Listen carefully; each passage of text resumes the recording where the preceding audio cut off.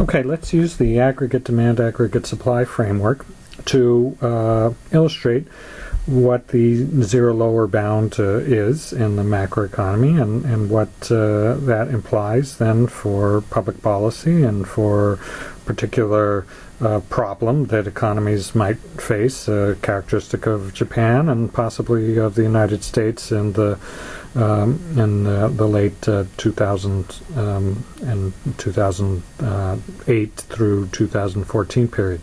So we imagine we have an economy that's starting at some initial level of equilibrium, and we are starting at potential GDP, and we have some initial target of inflation that's maybe 2%, and so we're at price stability, and then for some reason there's a big aggregate demand shock, and that would bring the economy very, very much below potential level and bring inflation rates down.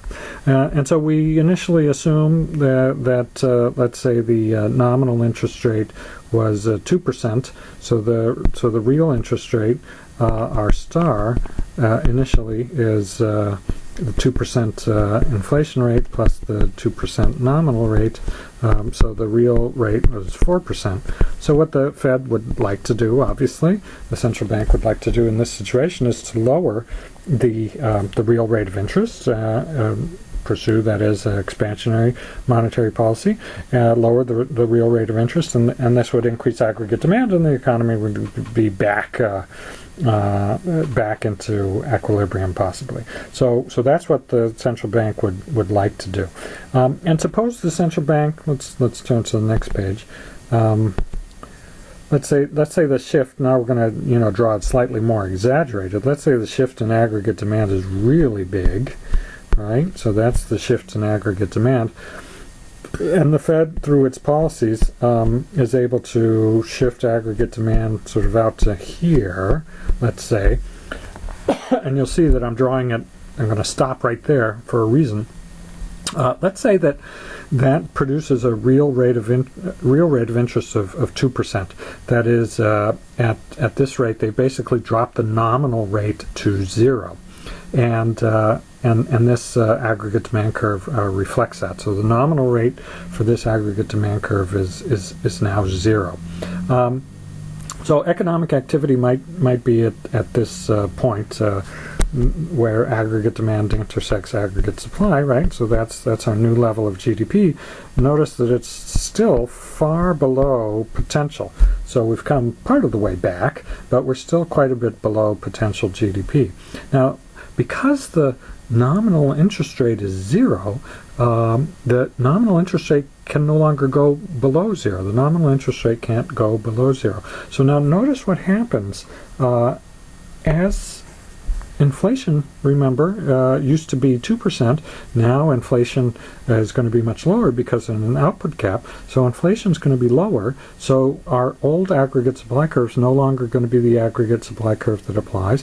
Our aggregate supply curve is going to shift down, right?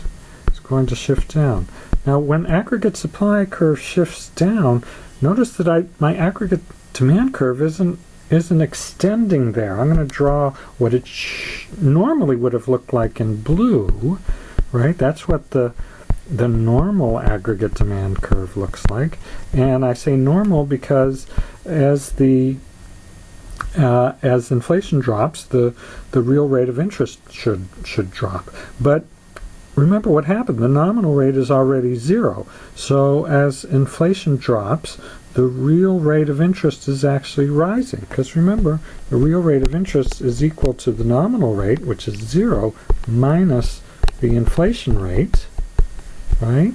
So as the inflation rate gets lower, as this gets lower, the real rate of interest is actually going up from what it was before. So if the nominal interest rate, if the inflation rate had been 2% before, then the real rate of interest would have been negative 2%. Now, with inflation rate of 1%, the real rate of interest is only negative 1%. So the real rate of interest has actually risen instead of fallen. So our aggregate demand curve actually I'm going to draw it now in thick red. Our actual aggregate demand curve is not that blue normal line. It's more like something that looks like this. It's curving around or going down and around. It's like a backward bending curve. And notice where the new equilibrium is with our aggregate supply curve. Our equilibrium, this is our new aggregate supply curve, so our equilibrium is actually right here, which is at the level of GDP where we were. Now, as aggregate supply continues to fall because inflation falls, we start moving along this thick red line, and inflation's falling, but GDP is also falling, and the Fed is powerless to do anything about this because what the Fed can manipulate is the nominal rate of interest, and that indirectly affects the real rate of interest, but the Fed can't lower the nominal rate of interest once it hits zero.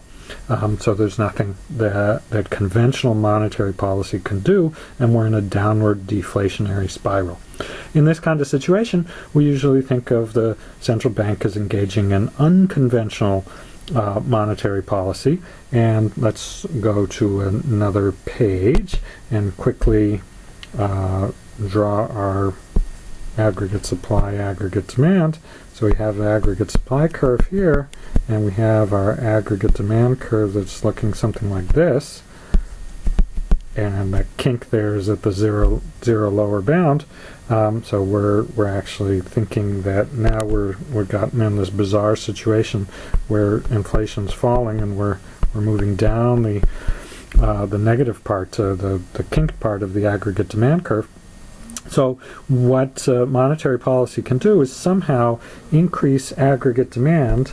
So we need to shift aggregate demand curve out in a way that isn't accomplished by lowering the nominal interest rate, because that can't be lowered.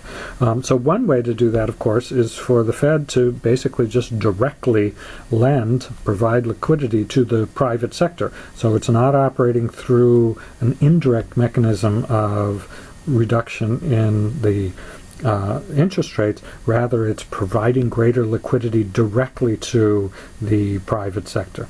That might be enough. Mishkin models that as being a drop in F in the financial frictions, so that will tend to shift this aggregate demand curve out, and that might be able to increase economic activity. Another way would be to manage expectations of inflation. If the Federal Reserve could get expectations of inflation high enough, then the aggregate supply curve starts shifting back to the back upwards, and economic activity increases. Basically, it's a way of kind of telling companies and convincing companies that prices for their products are going to rise, so they might as well start buying things, inputs at the low prices that exist now, because they'll be able to use those inputs and produce things profitable, because the prices of their outputs will be rising in the future. So those are kind of the two typical unconventional strategies that a central bank might undertake. We'll talk later about exchange rate policies, so pursuing a deliberate policy of devaluation or depreciation in the case of a floating exchange rate might also be an option that a central bank might pursue.